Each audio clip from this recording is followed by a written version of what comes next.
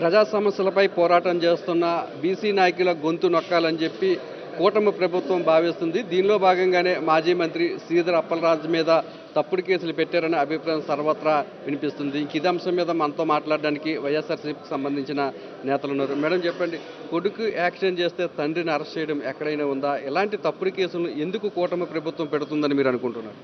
నిజంగా చాలా దురదృష్టకరం అండి. ఈ కూటమి ప్రభుత్వం వచ్చిన తర్వాత లా అండ్ ఆర్డర్ అనేది పూర్తిగా ఈ రాష్ట్రంలో వన్ సైడ్ అనమాట.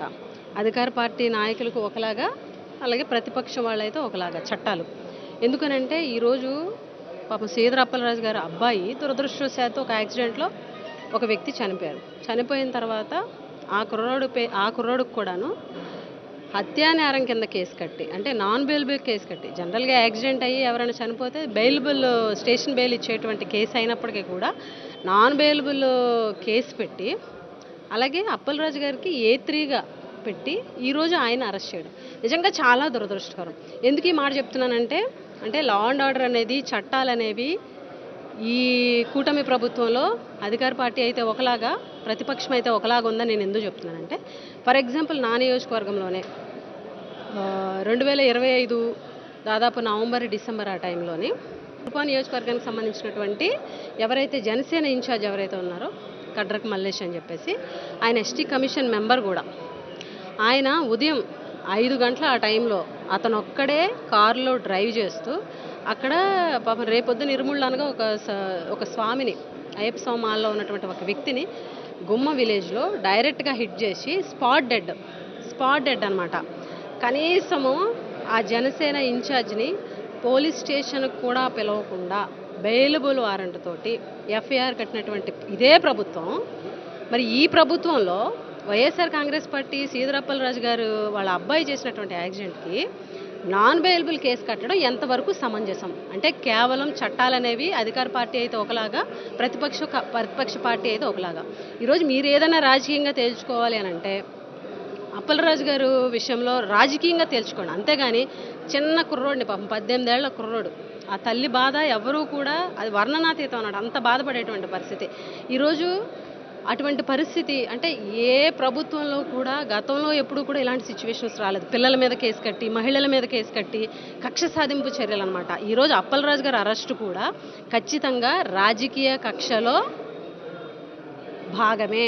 ఎందుకనంటే బాబు అరెస్ట్ చేశాడు. A3గా కేసు తారుమారు చేయాలనుకున్నారని, లేకపోతే ఆధారాలు తారుమారు అనుకున్నారని చెప్పేసి A3గా ఈయన్ని పెట్టి అరెస్ట్ చేయడం అనేది నిజంగా చాలా దురదృష్టకరం. రాజకీయాలు ఏమైనా ఉంటే రాజకీయాలు చేసే వాళ్ళతో తేల్చుకోవాలి తప్ప ఇలా పిల్లల్ని, ఇంట్లో మహిళల్ని చేయడం కరెక్ట్ కాదు. నేను ఇందాక చెప్పాను కదా, ఏదైతే కురుపాం కాన్స్టిట్యున్సీ జనసేన ఇన్ఛార్జ్ అని చెప్పాను కడ్రక్ మల్లేష్, అతని మీద కట్టినటువంటి ఎఫ్ఐఆర్ చూపిస్తున్నాం. సేమ్ కార్ యాక్సిడెంట్లో అతను సెల్ఫ్ డ్రైవ్ చేస్తూ ఒక వ్యక్తిని స్పాట్ డెడ్ చేసేస్తే అతని మీద ఎందుకు బెయిలబుల్ వారెంట్ పెట్టారు? ఈరోజు నిజంగా లా అండ్ ఆర్డర్ అనేది అందరికీ సమానంగా అవుతుంది ఈ రాష్ట్రంలో, ఈ ప్రభుత్వంలో. లా అండ్ ఆర్డర్ ఎవరికైనా ఒకటే అనేది మీరు ప్రూవ్ చేయాలనుకుంటే అక్కడ ఒక కేసు, ఇక్కడ ఒక కేసు ఎందుకు జరుగుతుంది? ఇది తప్పు. ఖచ్చితంగా అప్పలరాజు గారి అరెస్ట్ని తీవ్రంగా వైఎస్ఆర్ కాంగ్రెస్ పార్టీ తరఫున ఖండిస్తున్నాం.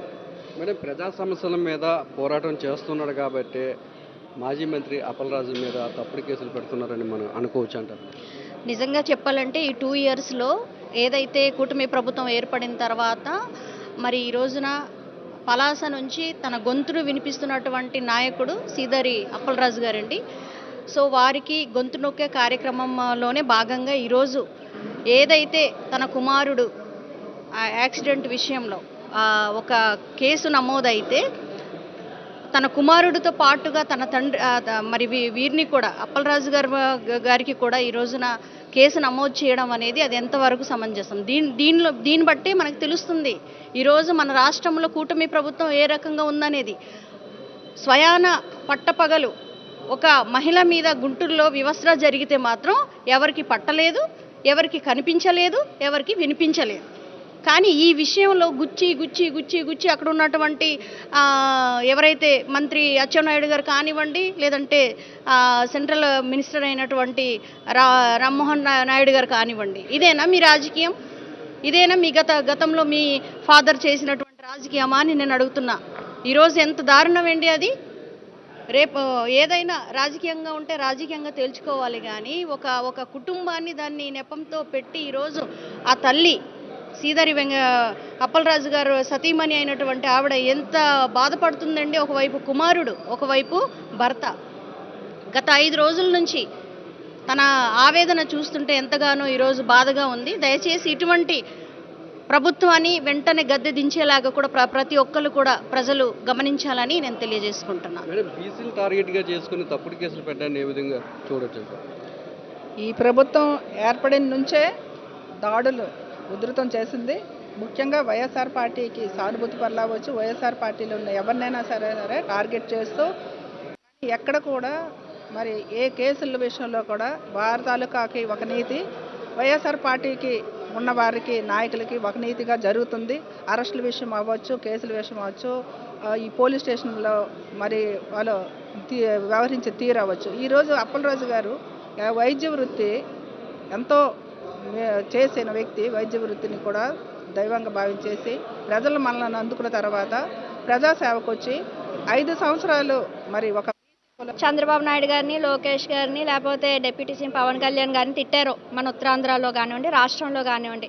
మరి మనకి ఈ 2 ఏళ్ళలో కూడా చూసుకుంటే అన్యాయంగా ఏ నాయకుడు అయితే వీళ్ళు ప్రభుత్వాన్ని ప్రశ్నిస్తున్నారో, వాళ్ళు చేస్తున్న దోపిడీలని బయటపడుతున్నారో, ఈ స్కామ్స్ అన్నీ కూడా బయట మాట్లాడుతూ ఉన్నారు. వాళ్ళందరినీ కూడా టార్గెట్ చేసుకొని ఈరోజు రాష్ట్ర వ్యాప్తంగా మీరు చూసుకుంటే అంబటి రాంబాబు గారిని కానివ్వండి, లేకపోతే జోగి రమేష్ గారిని కానివ్వండి, లేకపోతే ప్రతి ఒక్కరిని కూడా ఈరోజు టార్గెట్ చేసుకొని మరి మొన్న జరిగిన సిద్దిరి అప్పలరాజు గారి విషయంలో కానీ ప్రతి ఒక్కరిని కూడా ఈరోజు టార్గెట్ చేసుకుంటూ వస్తూ ఈ రెడ్ బుక్ రాజ్యాంగాన్ని ఈ రాష్ట్రంలో అమలు చేస్తూ ఉన్నారు. మేమందరం కూడా ఒకటే అడుగుతున్నాం, చట్టపరంగా న్యాయపరంగా ఎటువంటి నిర్ణయాలు మీరు తీసుకున్నా మేము స్వాగతిస్తాం. అంతేగాని ఒక కక్ష సాధింపు ఈరోజు మీరు ఏమీ చేయలేక మా నాయకుల పైన పడి తప్పుడు కేసులు, కొడుకు తెలియకుండా ఒక దురదృష్టవశాత్తు అనుకోకుండా ఒక యాక్సిడెంట్ జరిగింది, మరణించారు, అది తప్పే. కానీ కొడుకు యాక్సిడెంట్ చేస్తే తండ్రిని తీసుకొని వెళ్ళి అరెస్ట్ చేయడం ఎంతవరకు న్యాయం అని చెప్పేసి మేము అందరం కూడా అడుగుతా ఉన్నాం. మరి ఇలాంటి తప్పుడు కేసులకు వైఎస్ఆర్సీపీ భయపడుతుందని మీరు అనుకుంటున్నారు? సో ఈరోజు నమస్కారం అండి.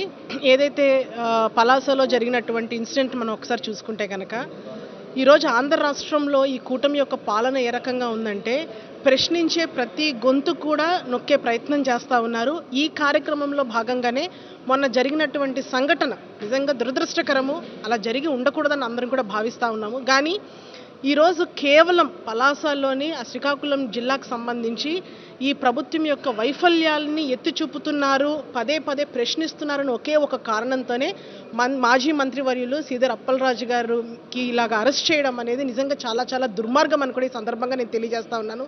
మేము ఒకటే ఛాలెంజ్ చేస్తూ ఉన్నాం, మీరు వైసీపీ నాయకుల యొక్క గొంతులు ఎంత నొక్కినా, ఎంత అణిచివేతకి గురి చేస్తామని అనుకున్నా కూడా ఇంత ప్రజల వైపు మేము నిలబడతాము, ప్రభుత్వం యొక్క వైఫల్యాన్ని ఎత్తి చూపుతాము. ఎట్టి పరిస్థితుల్లో కూడా ఈ అక్రమ అరెస్టులకి మేము భయపడేదే లేదని కూడా ఈ సందర్భంగా తెలియజేస్తా ఉన్నాం. శ్రీధర్ అప్పలరాజుకి ఒక మంచి వ్యక్తిగా పేరుంది. ఆయన వైద్యునిగా సేవలు అందించాడు, రాజకీయ నాయకుడిగా ప్రజలకు సేవ.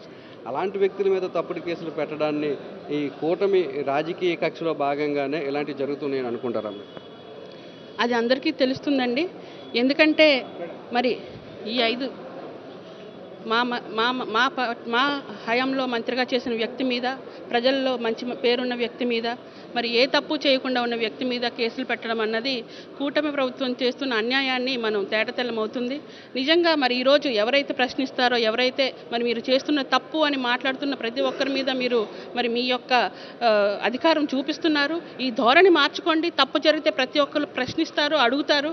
కానీ మీరు అధికారం ఉపయోగించుకొని అమాయకుల మీద ఎవరైతే ప్రశ్నిస్తున్నారో వాళ్ళ మీద మీ అధికారాన్ని చెల్లించడం అన్నది కరెక్ట్ కాదు.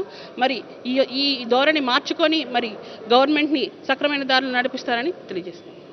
రాజకీయ కక్ష సాధింపు చర్యలో భాగంగానే మాజీ మంత్రి శ్రీధర్ అప్పలరాజు మీద తప్పుడు కేసులను కూటమి ప్రభుత్వం బనాయించిందని, కుమారుడు యాక్సిడెంట్ చేస్తే తండ్రిని అరెస్ట్ చేయడం ఏంటని చెప్పి వైఎస్ఆర్సీపీ నేతలు ప్రశ్నిస్తున్నారు.